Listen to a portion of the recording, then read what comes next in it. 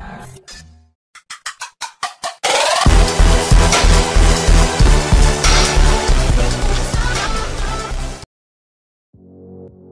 iPhone 6 has yet to be released, but that is not stopping fully functioning clones from hitting the market, so let's check it out.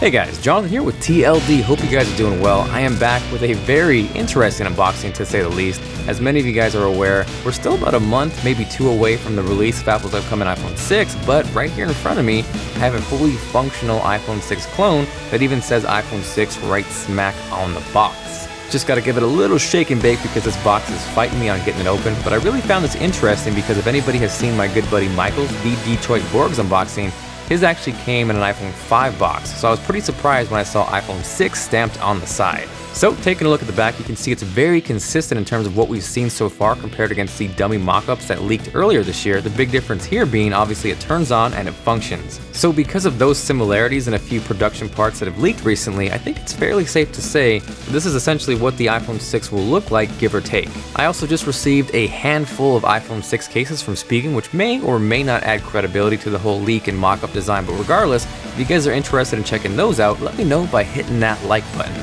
Now, spoiler alert, this may look like an iPhone 6, but as far as performance goes, it is not snappy at all. It's sadly actually a massively underpowered iOS-skinned Android device, essentially. If you compare it to the iPhone 5S, for example, you can see in terms of performance on Geekbench, it gets absolutely destroyed. But what's interesting though, if you look at the specs on paper, they're actually pretty close. They're both dual-core, they're clocked around 1 GHz, but I think this is a testament to not only Apple's performance hardware-wise, but software as well. So continuing on with the unboxing, because there actually was content and accessories which I found amusing, the first thing up is a quick start guide, which says hello right smack there on the front, just like Apple products, but if you dig a little bit deeper and look inside, the most hilarious thing that stood out to me is those are iOS 6 screenshots, so yeah. Next up, and I'm willing to bet these aren't authentic, probably less earpods and more white color stereo bass headphone mic volume control remote earphone earpods headset for iPhone, but nevertheless, at least alongside your iPhone 6 clone, you get iPhone 6 earpod clones. Following that, we have the USB wall charger hanging out there wrapped up all nicely and such. This really isn't anything too spectacular, but at the very least you can charge your iPhone 6 clone. Next up after that is the USB wall. Through the unboxing portion, we can dive in and dig a little bit deeper into the clone. I think obviously the biggest noticeable difference aside from the screen size increase is the complete aesthetic change from the iPhone 5S. No longer on the back side will we see those glass portions on the top and the bottom like the iPhone 5S. That will be replaced by what I would assume to be aluminum by the final production model. That is kind of sectioned off by the dual line design on the top and the bottom where presumably the antennas would go. But I think that kind of makes the iPhone 6 design look eerily similar to the HTC One M8, and if you agree or disagree, let me know with a comment down below. One thing I do want to point out that I do not like, and it's been consistent across the dummy mock-ups, is the fact that the camera on the back side of the iPhone 6 clone pops up. So to me, that would make it very vulnerable to scratches, something similar to the iPod Touch.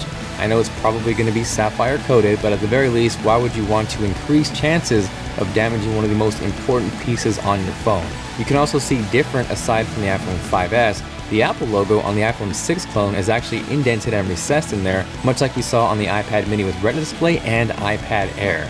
Now another big difference between these two is the actual power and sleep wake button. On the iPhone 5S, it's located on the top right hand side, whereas the iPhone 6 clone that is located on the actual right side above the SIM card tray. Now because the iPhone 6 will presumably feature a larger 4.7-inch display, I think the power button movement makes sense on a device like this. The volume rockers also look like they're getting some sort of makeover on the iPhone 5S. We have those classic circle Apple volume rockers up and down, but on the iPhone 6 clone, those look very similar to what we see on the iPod Touch again. Now as far as whether I like them, dislike them, I'm kind of neutral, but I definitely say the increased size makes them a little bit easier to hit. So like I said previously, this is a fully functional device, but one big difference between this and the real upcoming iPhone 6 is there is no fingerprint Touch ID reader on this clone. So that of course on this device means you are limited to swiping to unlock your phone. Now when I said this thing was not a performer, I meant it. It is extremely, almost laughable laggy. And I almost want to go out kind of your average consumer style and go kind of bring this to people out in public and kind of get their feelings on how it performs, maybe even see if they notice the apparent lag compared to a current iPhone or even an Android device. And if that's something you want to see, definitely let me know.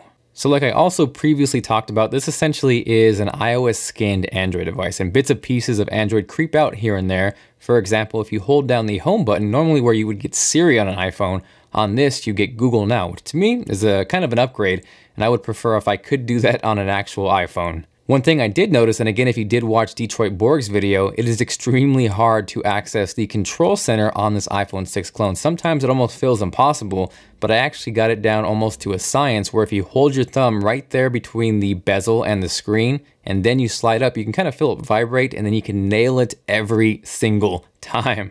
Now, I know I'm going to get tons of questions of where can I buy this, and I want to tell you with a giant warning sign, do not buy this for anything more than purely entertainment. This particular one you can pick up on Chinese websites from anywhere from 160 to 200 bucks. I know as of August 1st, Goophone will be releasing their clone version of the iPhone 6. But honestly, as you can see from performance, you're not getting anything that you would really want on an iPhone.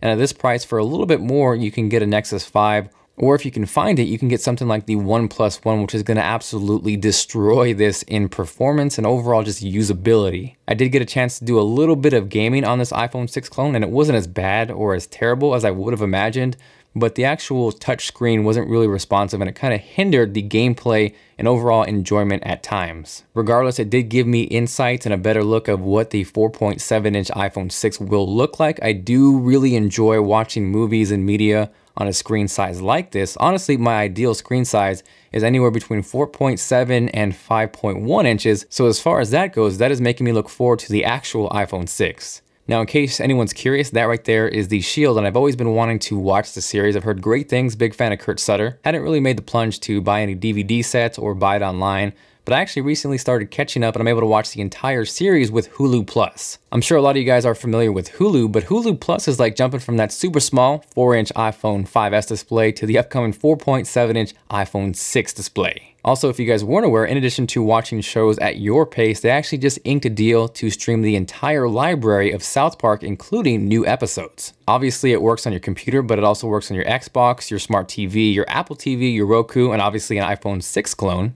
Now, this is only $7.99 a month, but for TLD fans, you guys can actually get an extended 14-day free trial by heading over to huluplus.com/TLD. By using that link, it helps the channel out. You guys get an awesome deal and everybody wins. So hopefully you guys enjoyed the video. If you did and you are feeling like being awesome, make sure to hit that like button. It is much appreciated. And of course, in return, you get a virtual high five at your face. After seeing this, are you